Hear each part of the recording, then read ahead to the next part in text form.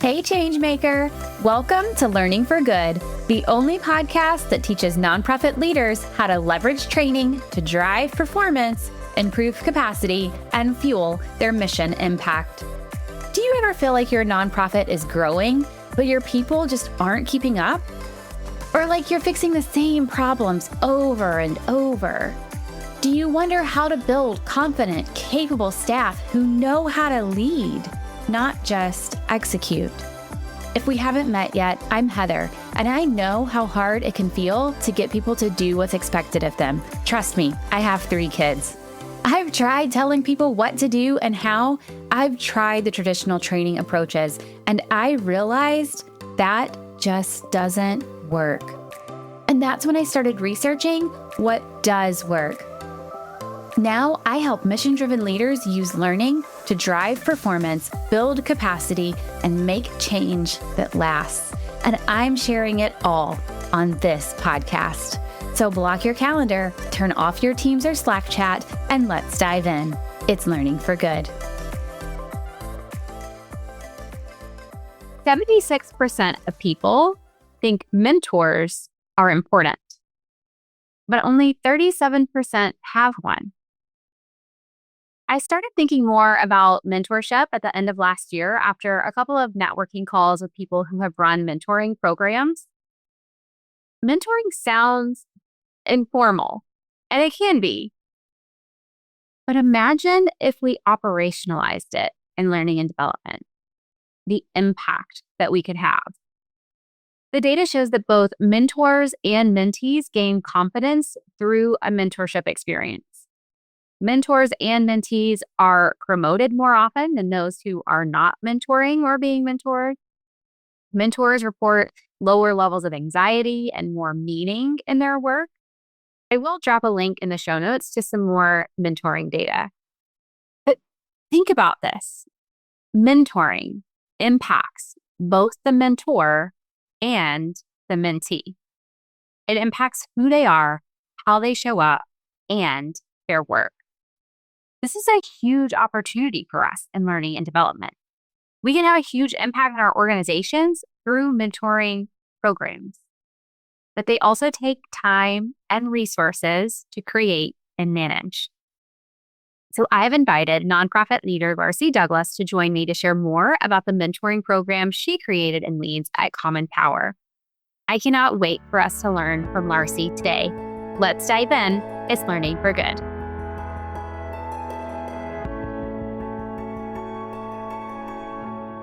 In her role as a director with Common Power, Larcy Douglas leads the Common Power Future community, creating programs carefully designed to meet the needs of young people to get excited about their civic responsibilities. Her passion for working with youth and young people spans over a decade of leading organizations and programs dedicated to empowering and helping them become stronger leaders of themselves and others. As a systems thinker, she is ready to take on any important role to develop systems to improve the day-to-day functions of an organization, carefully finding the balance between efficiency and effectiveness. Larcy immigrated to the United States as a child with her mother and is a UW alum, making her the first in her family to attend and graduate from an American college. She is an active part of the Seattle Filipino community, which has informed her work and her career. Larcy, welcome to the show. Thanks so much, Heather. I'm so excited to be here. And what a wonderful intro, because it is everything that I believe when it comes to mentorship. Oh my gosh, I've seen mentoring in nonprofits, but I don't feel like it's as common as it could be or should be, given the amount of impact that we know that it can have. And so I'm really excited for this episode. I know I'm going to learn from you, and I know those listening in are going to learn a lot too. Awesome. Let's get to it. Yeah. So I want to start with your career journey. How did you get here? You're working with Common Power now. You're a director there. You're leading this initiative that includes mentoring. So how did you end up here? So one of the things that I have heard throughout my career of my mentors is usually the statement that if you can find something you love to do, it would not feel like work. And I am very fortunate to have the coupling of the passion that I love, which is working with young people, and then the systemization of programs and entities and like whatever it is that we have to kind of build to make something successful. So I immigrated here with my mom when I was 7 years old from Cebu, which is an island in the Philippines. And I grew up with very, very good mentors in my life. Being in the Filipino American community, it is very intergenerational. So I was never like alone. I had the elders with me, I had aunties and uncles, and then everybody who would be like a adopted cousin, so to speak, ended up becoming like a sibling. So that kind of intergenerational space was very common in our community.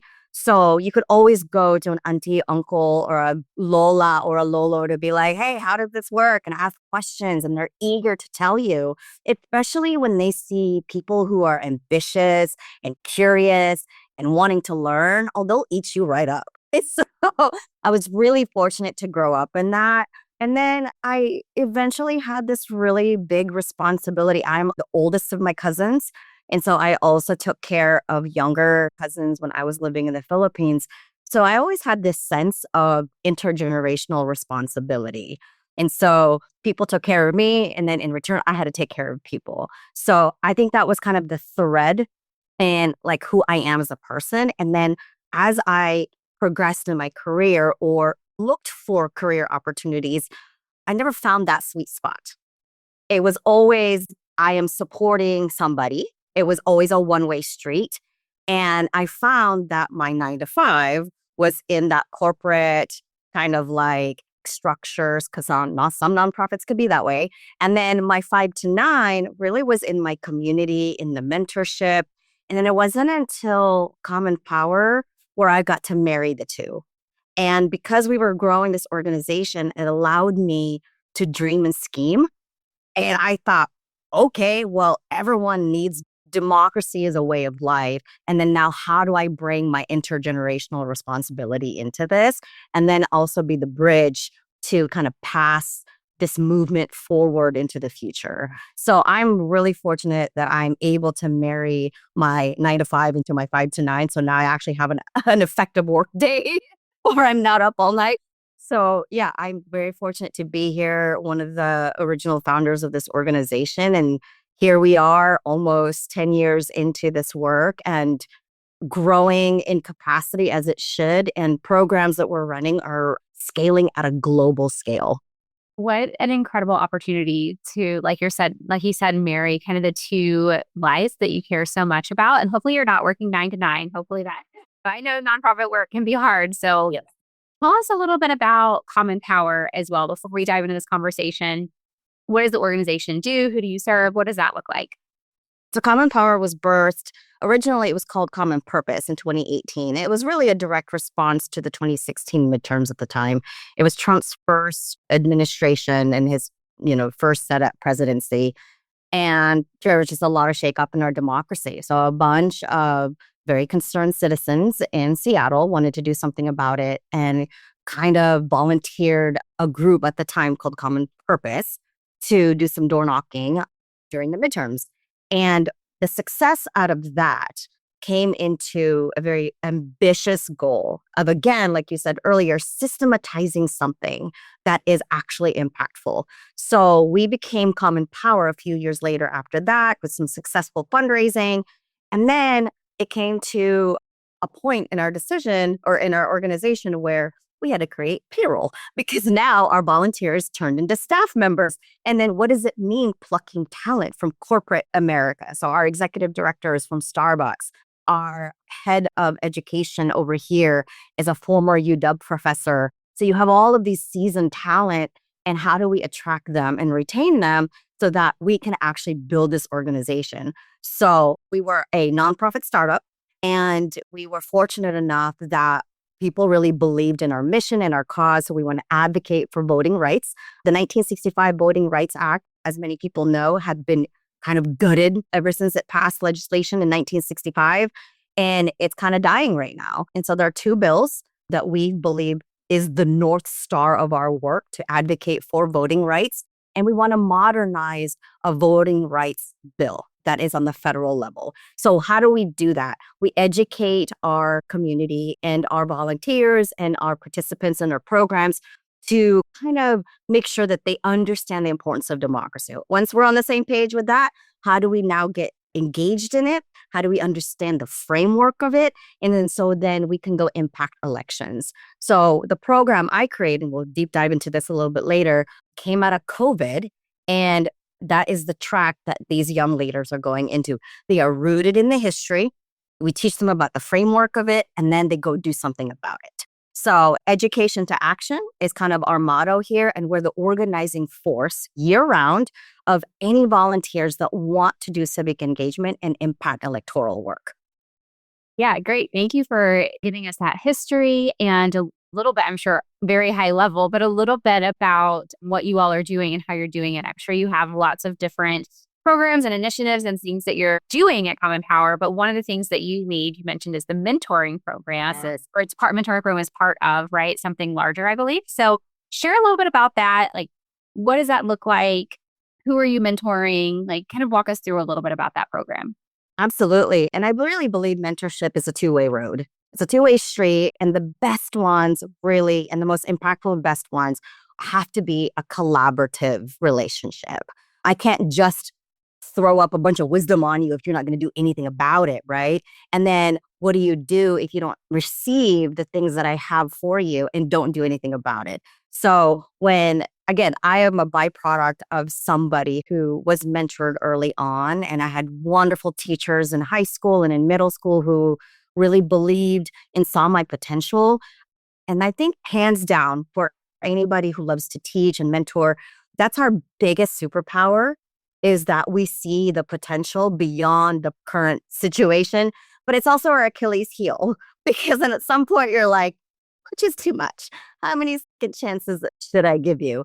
So whenever anybody comes to a space where I'm part of, that's what I see. I see, like, do you remember like the Mario Brothers game, Super Mario Brothers?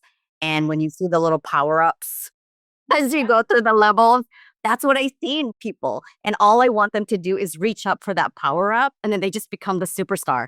So I see that across a lot of people. But like you said earlier, the thing I missed out a lot is, one, the resources, the access, and how to build that infrastructure where I can support that person and myself in order for that to be a really impactful relationship. So here at Common Power, we intentionally built that system. We intentionally fundraise for a mentorship system, because the way to make sure that there's longevity in our work, we have to pass the baton to some people, right? I mean, the leaders that we know and learned about in the civil rights movement, the reason why it became a movement bigger than that particular era of our history is because the leaders in the movement has to be bigger than the leaders. And so when you systematize something, that means you're able to walk away from it and have somebody else take over. And that's one, also, I think, a fallacy when it comes to leadership, is that some people will take that stuff to the grave. Yep. We see it. Anytime we see leadership turnover, we see some of those challenges. So Exactly. Yep. Exactly. So how do you find and train mentors? I want to dig in just a little bit more. How do you find and train your mentors? Who are the mentees? It sounds like they're kind of in a way, a volunteer workforce for you. And then what are the goals of the program? Give us a little bit more detail there. Yeah. And so back in 2019, and this was before we even knew COVID was going to happen, I was pregnant with my daughter, and we were also building this organization, anti-corporate. And so we were like, what were things in our career that we should have had?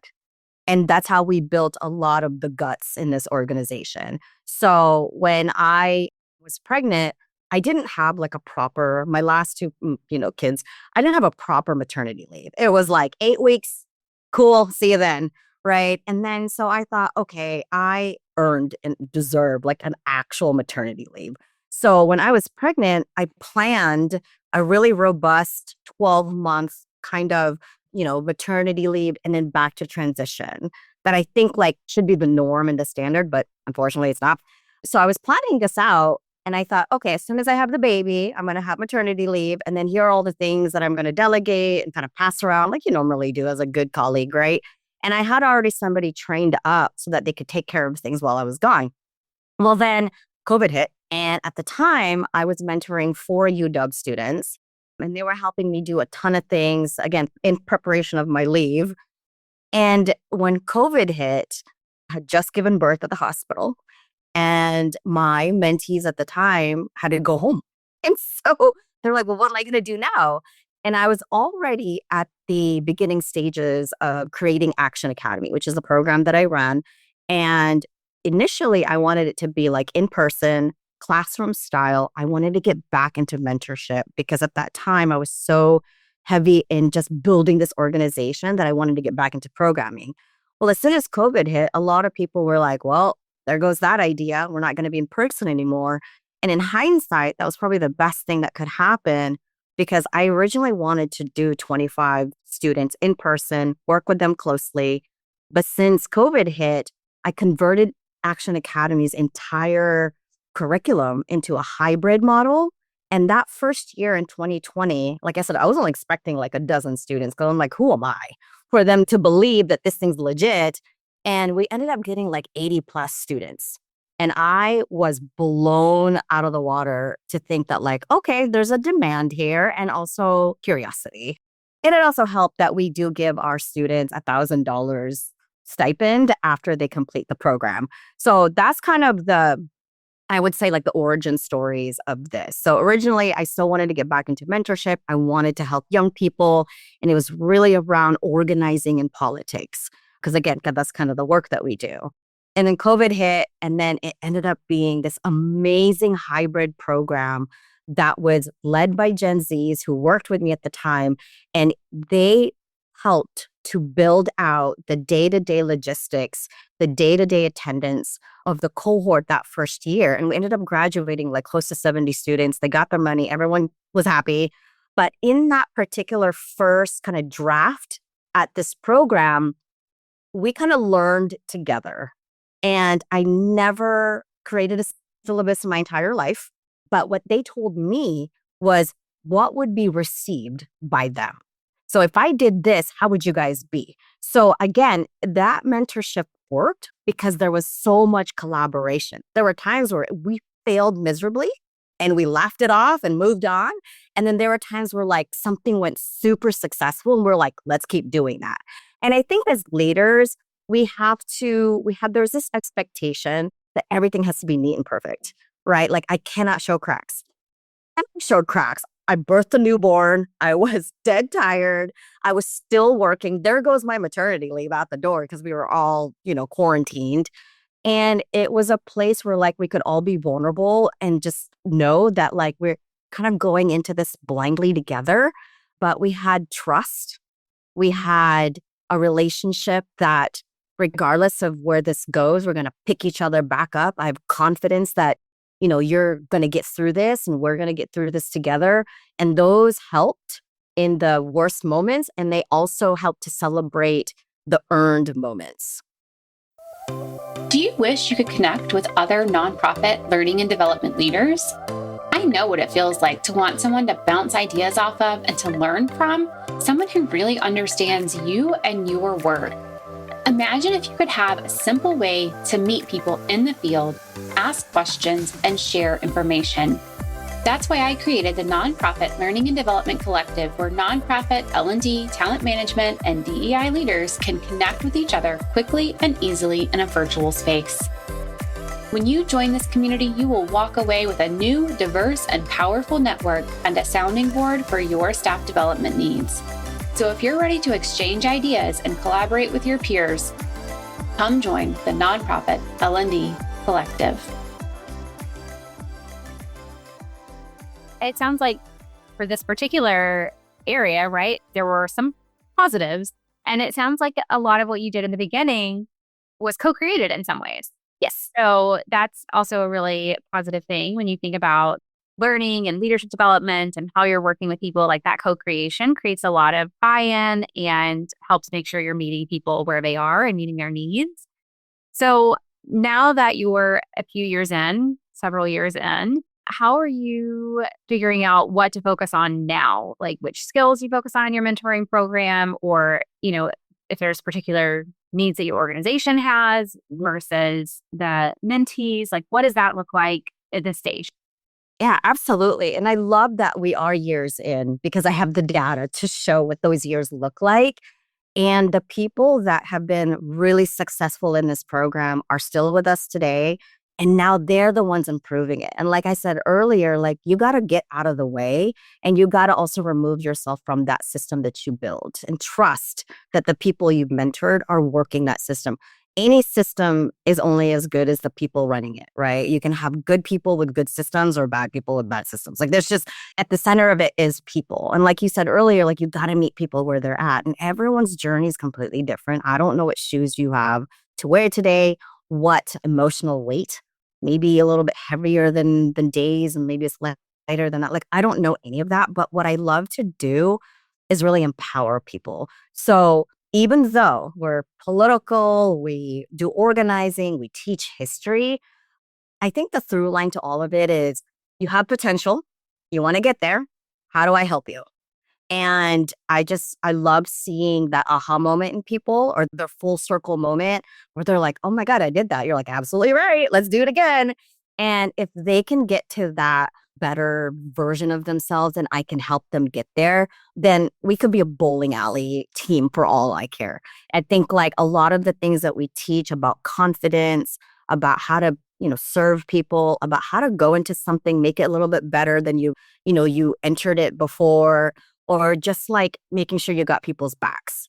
Like it seems really elementary, but people lose that as they progress into their career because the competition gets really heavy, challenges get overwhelming, they barriers to, women and BIPOC individuals become bigger than they initially had thought.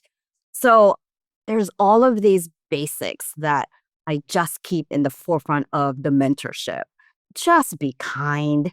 See how people are doing. Do they look like they need a banana to snack on? Give it to them.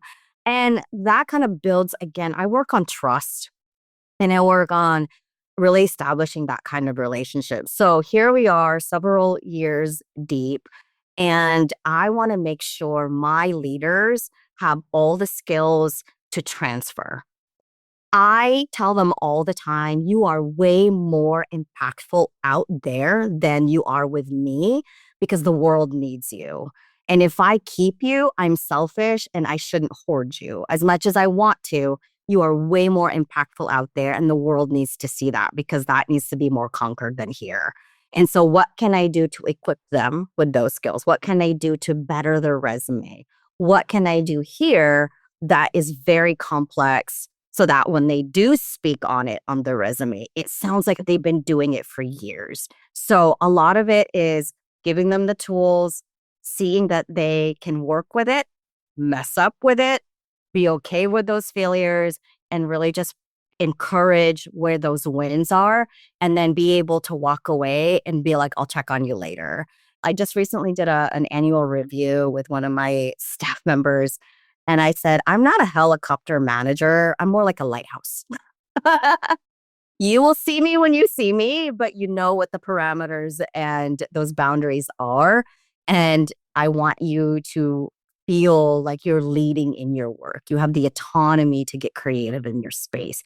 And sometimes, though, depending on the kind of work that leaders have, you can't really have a full big space for failure and mess up. So that's why I think here we intentionally build a lot of that because we're human. We're going to mess up. But then how do you deal with that? And we always say here, it's not about how you fall, but what you do to get back up and redeem it. Yeah, that's so powerful, actually. And to your point, like sometimes the skills, the things that we need to work on are the most basic things because I can go to the gym, right? And I can learn some new complex movement or whatever. But if I don't have the basics, right? So focused on my speed that I lose my basics, I get hurt, Yeah. right? And it's so easy to get focused on, I need to go faster, I need to do more. And the basics go out the window. And the same is true in the workplace. Like if I'm skill focused on, I need to be promoted, I need to get this project right, I need to do this thing, then sometimes the basics do kind of hit a backseat. And it's not that you don't know them or know how to do that, but you need that reminder. You need that mentor who can step in and say, well, what about this? Or have you done this way?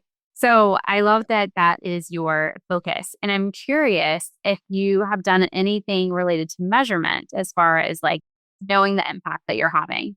Oh, absolutely. And, it's funny, when I first started fundraising for Action Academy, I had a donor, a potential donor at the time, started asking me what the potential impacts are, right? And she said, how would you measure something like this? And what would be an impact area? And I straight up told her, I have no idea.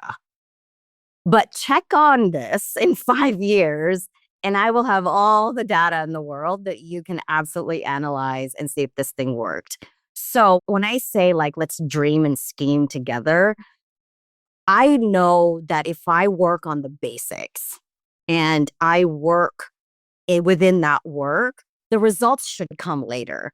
If I built a great program where I'm meeting people where they're at and inviting them to a space that they feel good, confident, fun, then the results are going to speak for itself.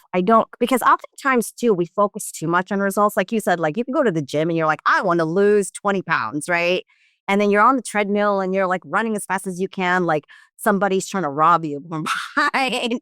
But you go home and you like eat a steak with cupcakes, right? So like there's a discipline, yes, that you have to like, to me, it's like, let's let the work speak for itself. So when I told this donor, I have no idea. And I'm okay to say I don't know because I at least know the framework, right? I want to mentor. This mentorship has to be a two-way street. It has to be collaborative and co-created. And if I can empower somebody and put work and methodologies and systematize this work where they can build the good, strong habits out of it, then they're going to feel good about that too. So yeah, it's basic, but I really just want to focus in this kind of space where the basics are met, right? I mean, that's the same thing as like kids when they go to school. They're like, here's this straight A student, and one day they fall off the track, and you're like, what happened? It's because, like, for some reason, they just needed a banana one day and they failed a test. And that's where I like to dial in, I guess, is like, what are those basic needs that this person is deprived of? And then we build from that. Because when we do those dialings, I want them to come up with their own formula, right? Like what I'm trying to do here is to just kind of like fill the gaps, right? So I have a wonderful program manager who manages the Action Academy program. And during the time that she was a participant in the academy, her father passed. And I had no idea because she was a participant. And then when she was asked to come back to be a crew lead, now crew leads are Action Academy alums who are invited back the next summer to help the day-to-day of the program. That's when I found out. And she was having a tough time. I mean, like anybody who's lost a parent, right? But in that time of grieving, I told her, take the time that you need, because I don't know what it's like. You have to tell me what days you need off, what days you feel you can come to your workspace and not get out of the ballpark, and what days you just want to throw it across the room, right? Like, and so that communication helped in giving her the space that she needs, but also giving her time where she can empower herself. Then I can help to empower that. So I think like when people say like, oh, you got to meet people where they're at, it seems easier said than done, of course, but there's a lot of patience there. And for her particular journey, because we gave her that time and because we were flexible in how she wanted to manage her grief, when she did come to the workspace, anytime she came to it, whether it was just 10% of that day or 100% of that day, I took whatever she could give me. Yeah, there's so much to be said for giving that autonomy and empowering people where they are. So our main audience for this podcast, right? Nonprofit training professionals, they're thinking about mentoring, likely mentoring staff or volunteers, right? Audience like that. If they're considering a mentoring program, what advice would you give to them as far as getting started or managing the program itself? Yeah. And I think kind of add back to your other question about like measuring an impact. I think it's more just what do we want to impact? And then the measurements will be in that impact, right? Like even right now with Common Power, over half of our staff come from the academy. And these are talented young people. And these are folks who would have normally gone to corporate America. But because of the mentorship and the leadership guidance that they get here, they found a different career path. And they're super engaged in democracy. And then now they're telling their peers to kind of engage in it in the same way that they are as well. And so I think there are some business standards, of course, and I get it because there's business strategies, business goals and missions and all of that. But I think my biggest advice in all of that is make sure it's people-centered first. Because like I said earlier, anything is only as good as the people working it. And so you could have something superb on paper, a great executive summary, a great plan and how to do it. But if you don't have people doing it and are having fun doing it or feel confident in doing it, it's not going to work. So I think for anything that you want to start doing, make sure it's people-centered. So if I show up into your workspace, I look curious, I'm asking a lot of questions, I want to help, and you're super busy because you have a deadline that's due in an hour, that's a moment where you're like, if I shut Larcy down right now, she may not come back. And oftentimes that's what happens in these like really, I would say, short moments in these starter up relationships is that how are people showing up? So if you told me in that moment, like, hey, I'm busy, come back later, there's a rub there, right? But if you responded to me and say, hey, I just need to finish this up. And as soon as I'm done, I'm going to come back right to you and we can talk a little bit more. That gives me cues that you're also interested. So if you are somebody who's a leader and you want to really, deepen relationships with your colleagues and stuff, or just your mentees, is how are you showing up? Are you showing interest? If they're showing interest, match it. In fact, do it a little bit more because you have the higher authority and the higher power. And what happens to them within your care is how they're going to be impacted by the next person. And are you going to put them in a space where somebody else can add on to it? Or are you going to put them in a space where somebody has to work your deficit?